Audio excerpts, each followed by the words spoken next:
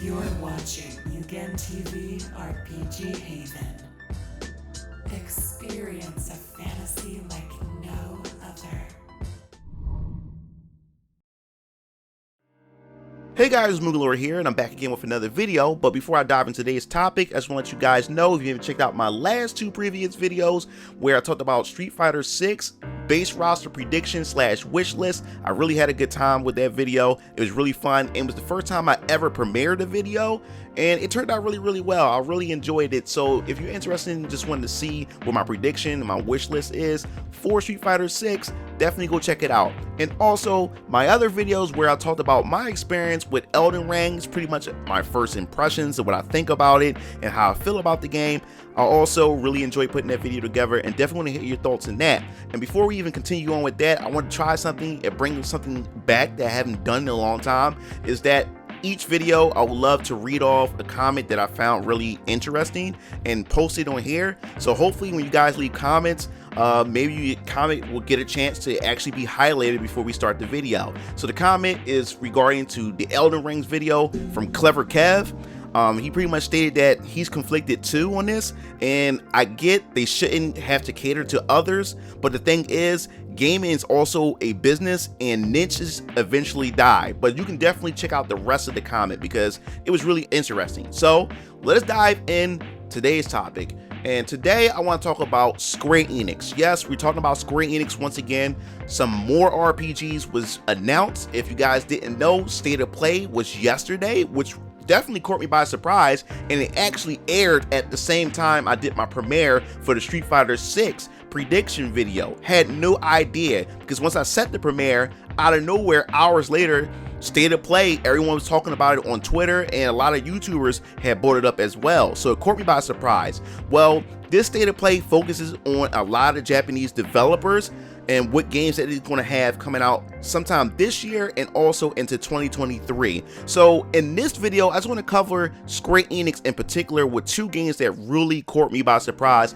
and now I'm really interested in. And that first game is the DioField Chronicles. Now, what is DioField Chronicles? Well, when the trailer first had started, I was really thinking that we was getting a potential sequel or a spiritual successor to the Final Fantasy Tactics series. Now, the thing is, if you guys been coming to my channel, then you guys definitely know that I'm a big fan of Final Fantasy Tactics. In fact, I believe that out of all, if I was to rank all the Final Fantasies, including adding in the side Final Fantasy games, I think Final Fantasy Tactics will be #1, followed by Final Fantasy 7 and then Final Fantasy 9. Those are my favorite Final Fantasy. With Final Fantasy Tactics, I'm such a big fan of that series. I love tactical RPGs, and the sad thing about it is tactical RPGs just haven't found a place in this type of genre and just in gaming in general. They just kind of died off. It's like after Final Fantasy Tactics, Tactics Ogre, games like Ogre Battle, a lot of these games that just fell off. It never really caught on. And the fact is that a lot of fans are craving tactical battle games, games in general, and I'm really loving it.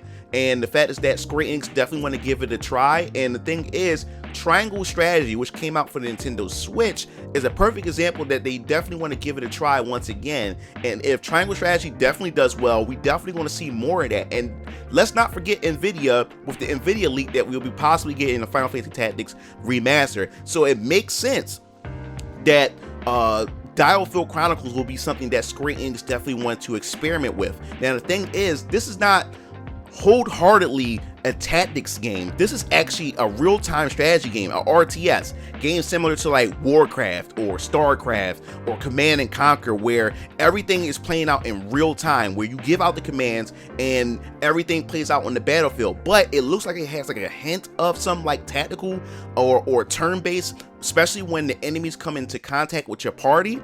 And once they come into party, you actually see the battle actually takes place out on the field, which I think is pretty cool. Then the thing is, what I like most about it is definitely they're taking a unique twist as far as the, I guess you can say, the art style is concerned. I think the art style is pretty cool. It has like a realism to it, but at the same time, it has like an anime look to it. And from the description of what Square Enix is talking about when it comes to DioField Chronicles, is that this is going to be definitely, as far as story is concerned, it's going to be a deep, engrossing story that they really want to push with this game for for people who love games like Final Fantasy Tactics and Triangle Strategy. They definitely want to push more on an emphasis on story, and they said the combat is definitely going to be really engaging. It's going to have a lot of strategy to it, and I'm all for it. And the crazy thing about it is, it's not just a PlayStation. It's not a PlayStation exclusive. It's also coming to the other consoles as well, such as the Nintendo Switch and the Xbox Series X and Steam. Now, the thing that really got me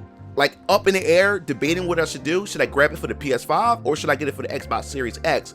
But it looks like that I may get it for the Xbox Series X, because you know, I want to play some games on my Xbox Series X, and I just love the Xbox in general, the Xbox Series X. So I think this will be a nice game to really put on the Xbox, to get on the Xbox Series X. So I'm leaning more so in that direction.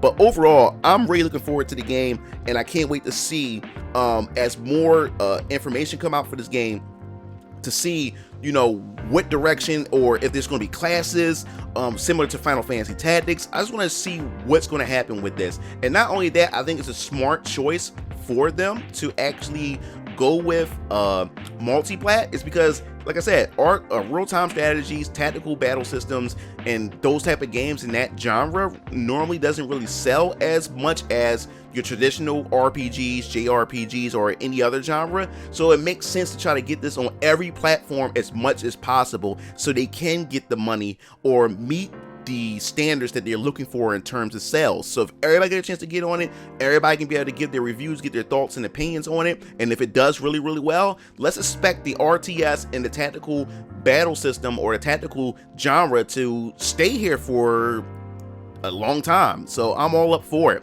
So last but not least, I also want to touch bases on the next reveal for this next game by Square Enix, who really caught me off guard and really caught me by surprise. Now, when it comes to this game, I'm how would I say it? How would I explain it?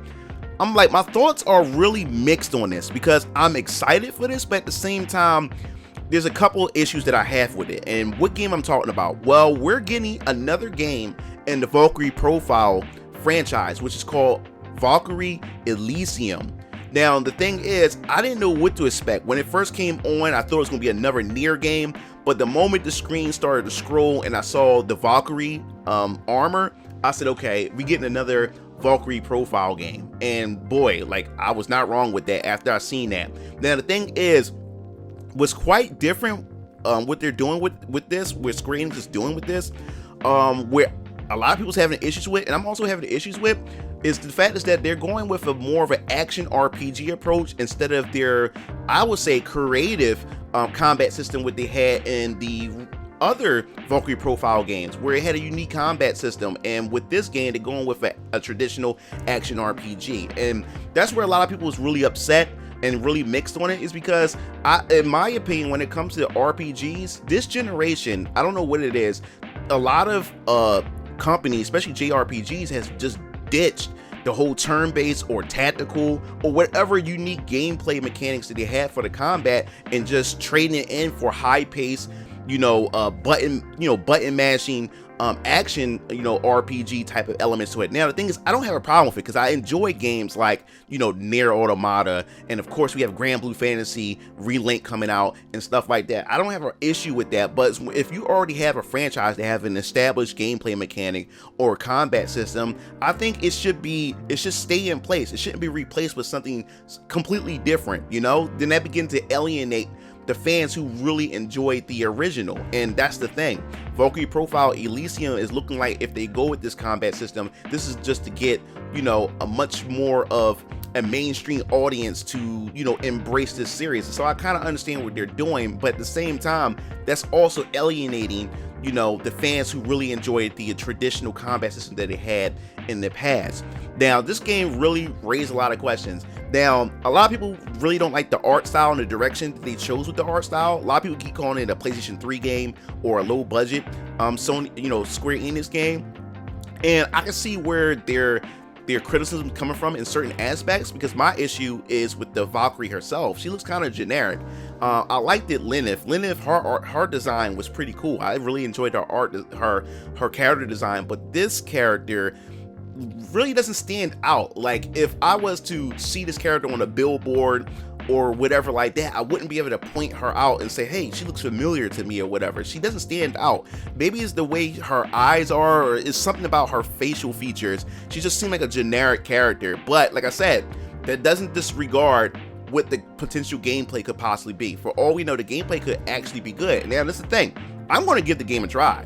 I'm not going to discard this game at all. Now, the thing is, when I said about the combat system in the original, you pretty much had your fallen warriors fighting beside Lennith's side, and then each character is mapped to a particular button in order to control them. Now, it seems like that your fallen warriors, or however you call them, the warriors that you have to prepare for Ragnarok, it seems like that you use the characters as an assist instead of having them actually on the battlefield, you know, throughout the entire battle. So definitely need to see more on this and how they're going to approach this, but I can definitely understand why there's a lot of mixed feelings with this, and a lot of people's calling this a low budget game, and I really want to also confront that and talk about that as well. If you look at DioField Chronicles, and you also look at Valkyrie Elysium, as far as like budget is concerned, these games are, to me, in my opinion, are AA games. They're not AAA games, but they're AA games.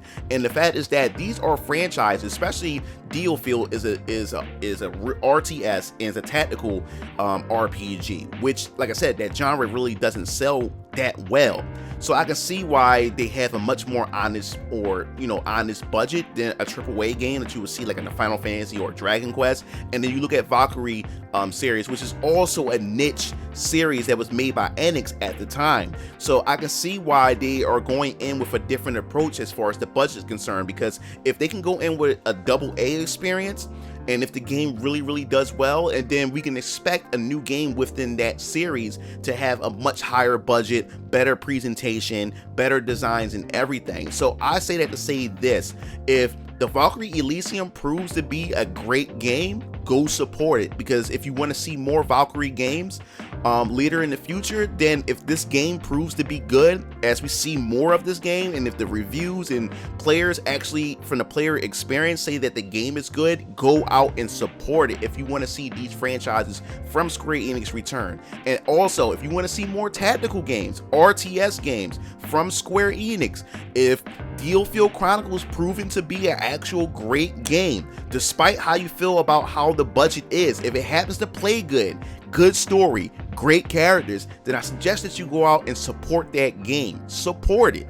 Because if you want to see more from this genre, you have to go out and support it. So these companies know that, okay, there's a market here. Then we'll budget according to the market that we have and the audience that we're trying to cater to. So you guys, you have to support it if it proves to be good. That's all I can say. I don't never tell my audience to blindly support something, but if the game happens to be good, go out and support it. That's all I have to say about that. But that pretty much wraps up this video. I'm super excited about it. It's so many JRPGs that I have to really cover here on this channel, and I'm loving it. I was not expecting it, and the thing is, both of these games are going to be released this year, 2022. Did not see this coming, so I have a lot to look forward to. RPG fans, JRPG fans have a lot to look forward to from Squaresoft in general. So if you like the video, hit that like button. Definitely leave a comment. Like I said, the comments really helps, and also the comment that grabbed my attention, and I will post it in the next video and highlight it for you guys to go check out. So definitely check it out. So if you want to stay up to date for more news regarding Valkyrie Elysium and also DioField Chronicles, definitely hit that bell to be notified. This is Mugen Lord signing off. I'll see you game fiends later. Peace out.